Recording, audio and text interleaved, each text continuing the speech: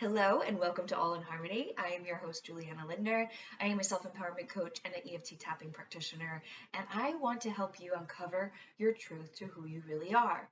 And one of the easiest ways to tap into that is to understand your emotions and to feel them as they come up in your body. It sounds like a simple concept, but it is more difficult, more challenging than we may lead on to feeling because really we're taught to not show our emotions. We're told to stop crying when we're 3, 4 years old. Quit that. I was told you're such a crybaby. So what did I do? I held it up. I held it inside and I bottled it up. And I didn't want to show it. I didn't want to feel it. I didn't want to be talked down to. I didn't want to be made fun of. I didn't want to feel less than. And that's exactly how I felt. So what I did is I just got really good at hiding my emotions. Well, if I'm hiding in public, I'm also going to have a hard time showing it in private as well. So the longer I did that, the longer I was on the track of ignoring and avoiding my emotions, the more I got really good at doing it. And if there was an award given to those who are really good at avoiding their emotions, I would have shelves full of them. I'm just being honest. I was the girl from, I would say, middle school, high school, when things got really rough in my home environment, where I would always be smiling. I would get complimented for how nice my smile was and how bright it was, and I just kept doing that. I just went with that, and I felt like, okay, now I'm getting compliments. I'm getting recognized and acknowledged, and I feel accepted by these people because they are comfortable enough because I have this bubbly, smiley, outward appearance. But they didn't know that I was really suffering inside. Okay, so I got really good at it. I know that you're really good at it. So how do I break the cycle and start tuning into our bodies more regularly, acknowledging the feeling that's coming up inside? What does that sensation feel like? And then how can we sit with it just enough so that it actually flows through our body and doesn't get stuck? I think it's important to recognize what happens when energy or emotion gets stuck in our body. Well, it can manifest into something else. It can also manifest into something bigger. So if you are aggravated or frustrated with something that may be on a scale rather small in perspective to everything else in the world, that feeling of frustration, you don't know, you don't have outlets, you don't really know how to deal with it, you don't talk about it, and it just kind of builds. Maybe in a work situation, you are constantly getting emails last minute or notifications for meetings last minute. Something is frustrating you. It's an annoyance, but you keep it inside.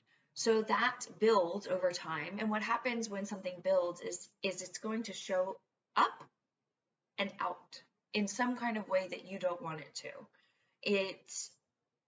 It'll creep up at the time, and it's potentially not going to be in the environment that is even causing that frustration.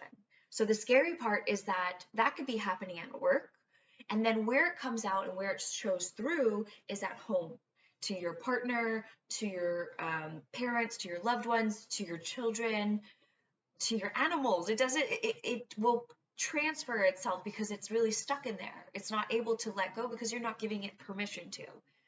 So it can get larger, it can expand, it can become more than what it is because you're simply not acknowledging it and not feeling it in the moment. The other negative to that, of keeping it inside and bottling up and keeping that energy and emotion stuck in you, is that it can create ailments, issues, pains inside your body, and it will show up in ways in which maybe your joints ache, you have low back pain, you always have like a kink in your neck,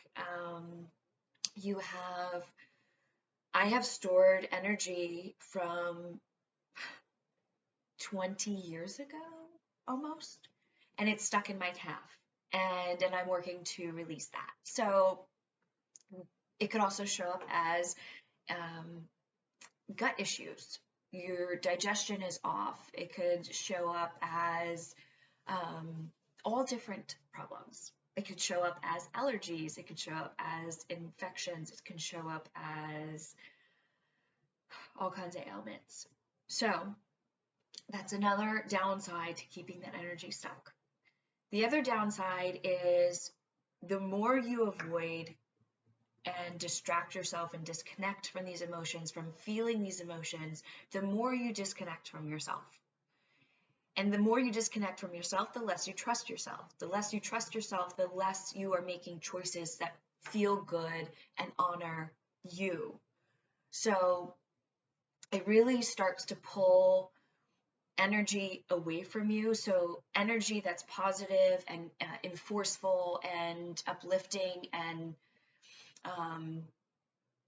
boosting is an energy that you want to hold on to and keep, right? But this stuck energy that is typically an undesirable emotion, sadness, regret, shame, guilt, fear, loneliness, like these are emotions that will stay stuck, and they're typically a negative energy. And when that negative energy stays in you, then the opposite energy is really being pulled away from you. It doesn't have the room to sit inside you. So you always wanting to feel something different than sadness, and you want to feel joy. If you continue to keep that sadness stuck in you, it is going to be much harder to feel joy, and to feel joy for more than just a snap of a second. So there's ways in which you can help connect to yourself on a regular basis, connect to your feelings. Journaling is one of the quickest ways, not to see, huge transformation, but just to really connect with yourself on a regular basis and really get the momentum of, I'm climbing the ladder, I'm doing this for me, I'm connecting to myself, and am I acknowledging how I'm feeling every single day. So that's a practice that I would encourage you to start if you aren't journaling, to journal. Anytime I suggest something too, this is important because we always get caught up in doing something the exact way or the perfect way, or it has to be big or it can't be done at all, almost like that all or nothing principle. If someone suggests something to you, and it's really hard to take other people's advice, but it's really easy to give advice, okay? We all have that issue of like bridging the gap of knowing what we should do and doing it for ourselves. But when you recognize that, like, this is the path that you're on and you want to do this for yourself, you'll make some sort of sacrifice. And that looks like what, right? Does that look like 5 minutes? Does that look like 20 minutes? Does that look like an hour? The most important thing is the consistency. And I know you've heard that. So make it easy on yourself. Make it easy so that you can show up consistently to really honor this path, this new path that you're on, to say, I'm worthy of feeling really great. I'm worthy of feeling safe to feel my emotions, to keep my heart open to these emotions, these experiences that I've never felt before. And I know that the more I do this, the more I can get on the other side of the bridge, which is living in peace. It's living in peace of mind, that you're certain about things, you're certain about the certain things, and you're okay with the uncertainty. And that is a blissful place to be. And it's something that I strive to be in. And I'm already feeling that other side.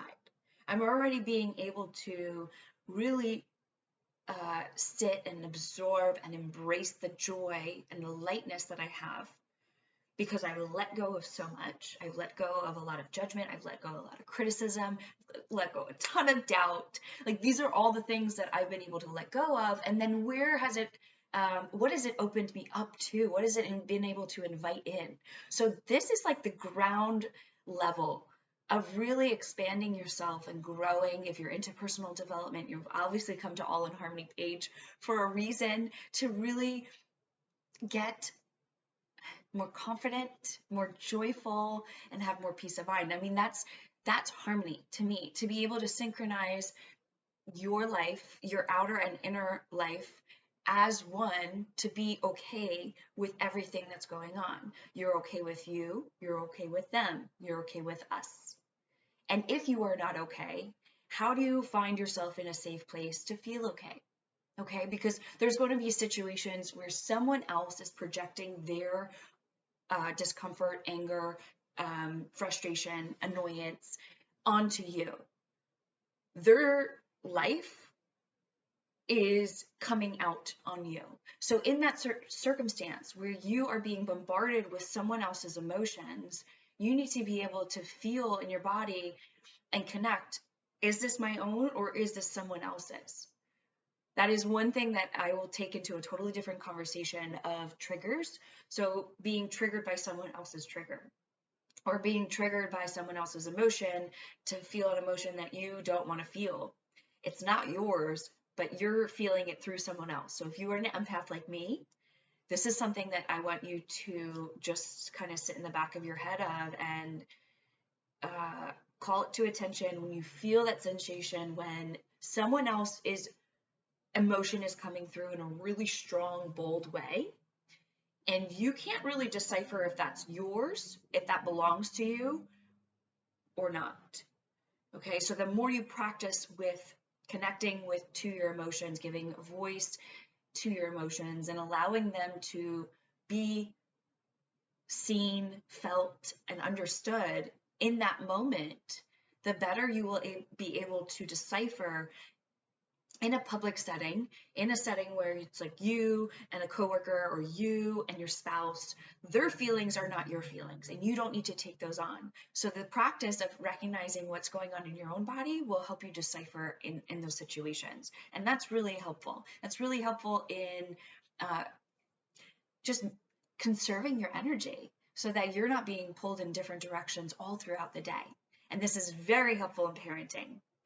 So I'm going to make notes for this so I can bring this to another conversation, and I like doing these. So join me next time. If you like this video and you really think it's applicable to you, click that like button and subscribe because I will be coming out with new videos every Wednesday. See you later.